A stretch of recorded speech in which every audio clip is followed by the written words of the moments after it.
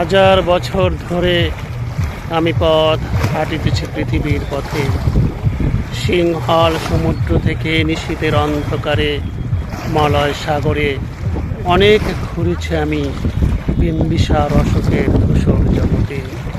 সেখানে ছিলাম আমি আরো দূর অন্ধকারে বিদর্ভ নগরে।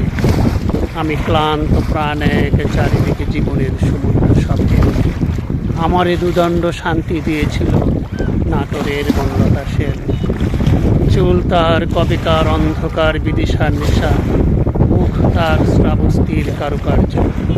অতিদূর সমুদ্রের ওপর হাল ভেঙে যে নাবিক হারাচ্ছে দিশা। সবুজ ঘাসের দেশ যখন সে চোখে দেখে দারুচিনি দ্বীপের ভেতর, তেমনি দেখেছি তারে অন্ধকারে। বলেছে সে, এতদিন কোথায় ছিলেন?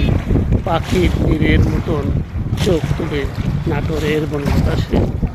সমস্ত দিনের শেষে শিশিরের শব্দের মতন সন্ধ্যা আসে। টানার রৌদ্রের গন্ধ মুছে ফেলে চিল। পৃথিবীর সব রং নিভে গেলে পাণ্ডুলিপি করে আয়োজন। তখন গল্পের তরে জোনাকি রঙে ঝিলমিল। সব নদী পোড়ায় জীবনের সব লেনদেন। থাকে শুধু অন্ধকার মুখোমুখি বসিবার।